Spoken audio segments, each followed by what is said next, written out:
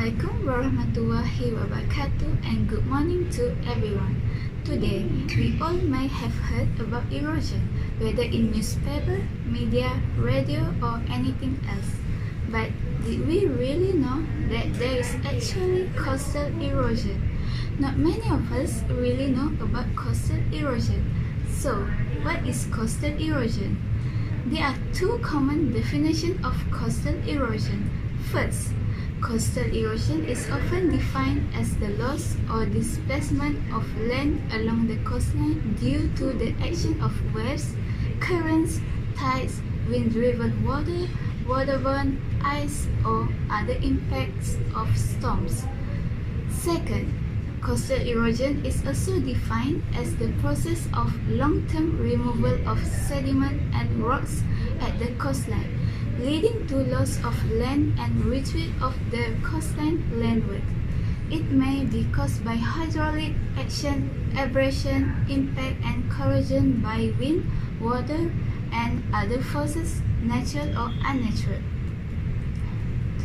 There is a great deal of information on coastal erosion, and it has been extensively studied because it is affecting a good number of people.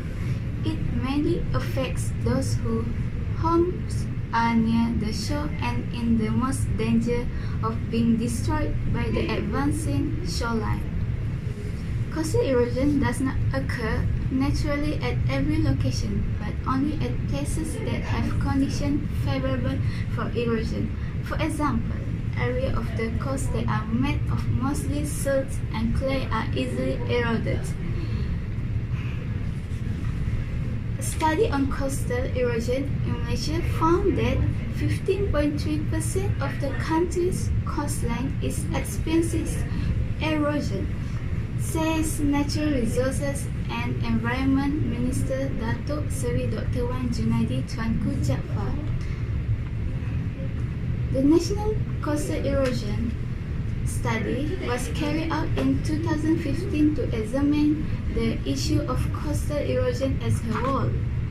He said that the study found that the total length of country's coastline is 8,840 km, comprising 3,772 km in the peninsula, Sabah 3,753 km, Sarawak 1,234 km, and Labuan 81 km. Kuala Nerus Beach was one of the 44 areas covering 55.4 km which was experiencing critical erosion. Okay, we have Datuk Engkeng K, Chief Information Officer from the Ministry of Energy, Science, Technology, Environment and Climate Change. Good morning, Datuk. How are you? Good morning. I'm fine, Ms. Kasa. So, what do you think is the best solution to overcome this problem? From my point of view, one of the ways to prevent erosion is to construct groins. Groins are long, wall-like structures that are built on beaches and extend into the oceans perpendicular to the shoreline. It is designed to interrupt and track the longshore flow of sand. Sand builds up on one side of the groins at the expense of the other side. The idea behind groins is that they act as a barrier to longshore currents. This allows them to control and modify the movement of sand. As the longshore current hits the groin, it loses velocity and dumps sand and sediment of the upcurrent sides of the wall. While this catches sand on the upcurrent sides of the wall, it leads to more erosions on the downcurrent side of the wall, where the wave again pick up sand and sediment. If the current direction is constant all year long, a groin merely transfers erosions from one place to another further down the beach.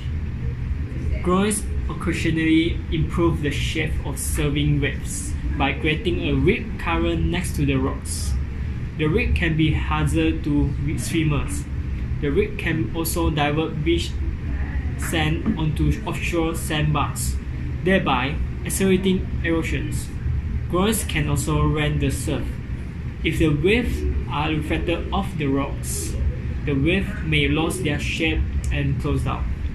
So there are several different methods that have been used in various places to prevent erosions. Some of these methods have worked very well, but there are always different drawbacks and advantages to each other.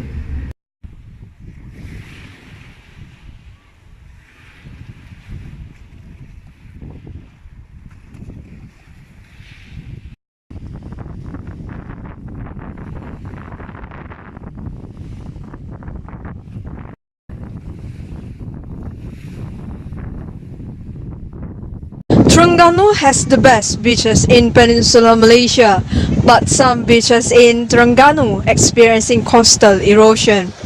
Here at Tok Jembal, the beach was once popular because of its soft, fine sand, but now there is nothing left of that. It is a silver of sand that ends in a tumble of rocks. According to the MP, Dr. Khairuddin Ahmad Razali, over the past 6 years, it has damaged the homes of villagers, food stalls, and roads.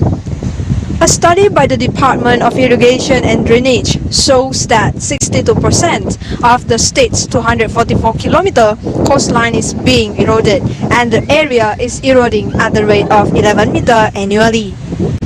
This beach is located 20 km away from the Kuala Terengganu town and is subjected to seasonal climate northwest and southeast monsoon, which occurs during late May up to September and November to March respectively.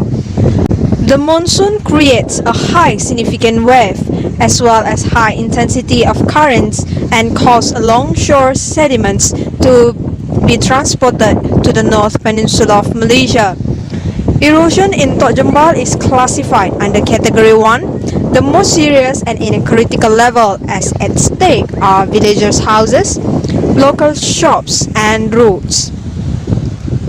Erosion at Tok Jembal are getting worse following the land reclamation for the airport expansion in 2010.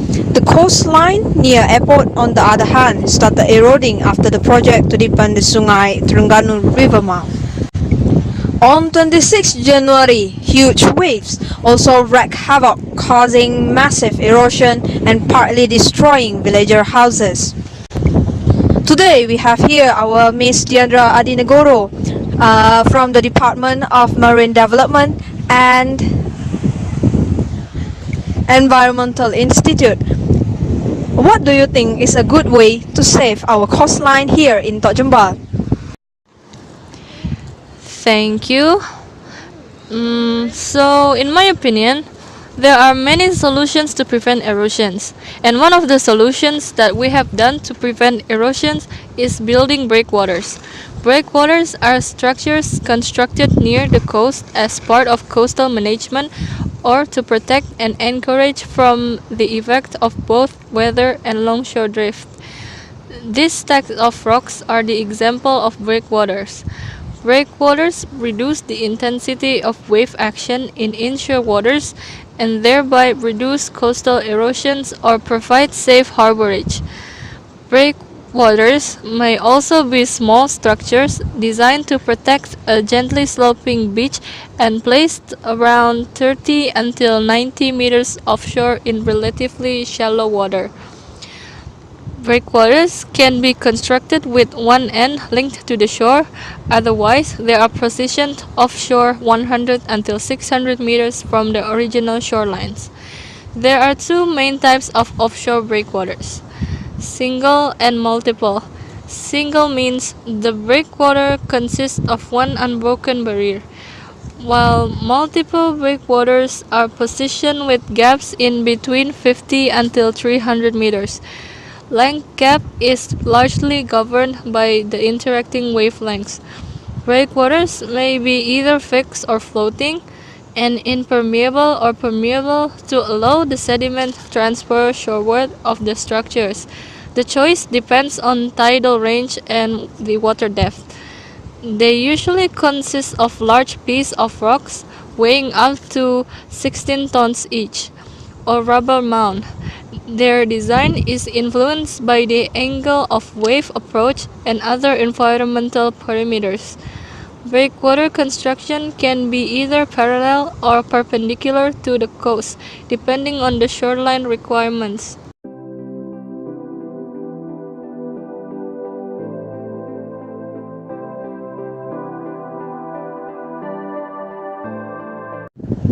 For the time and against, coastal erosion caused concern among public and also government agencies. Therefore, we built revetment to overcome the problems.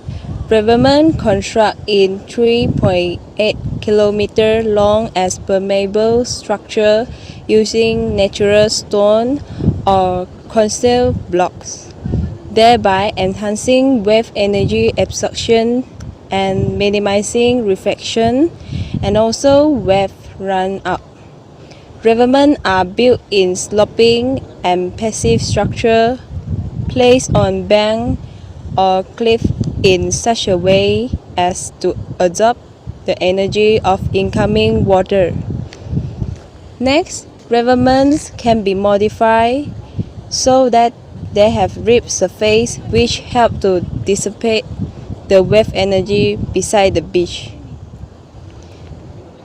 Furthermore, revetment also built to preserve the existing uses of the shoreline and also protect the shore as defense against erosions.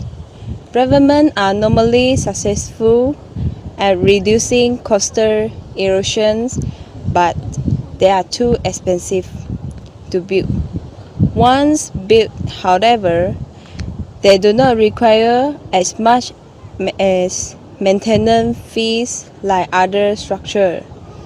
On the other hand, revetment also able to prevent some rubbish beside the beach effectively waste.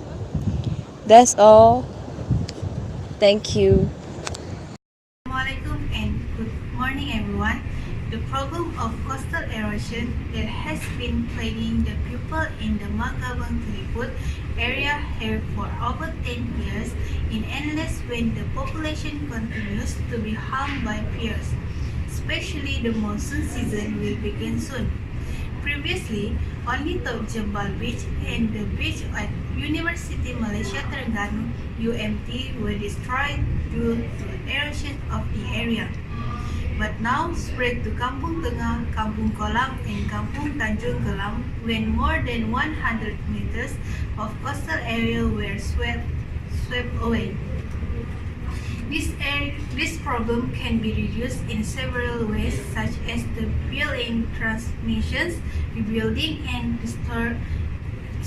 restorations of site. Villagers and communities are advised not to look easy on the change of phenomena and do not do activities in that area. Development planning and coastal resources management need to understand the history of coastal change in order to plan effective coastal development and can avoid possible corrosive catastrophes resulting in destructions of residents, damage important infrastructure, affecting supply sources, oceans capture and create to development pitch towards achieving ecosystem stability. Use of coastal mapping geoindicators can help to predict patterns and change shoreline and land degradation for initial action take to avoid these phenomena persistently, destroying the beauty of the beach. It can also be utilized in various fields, especially by policy makers and designers.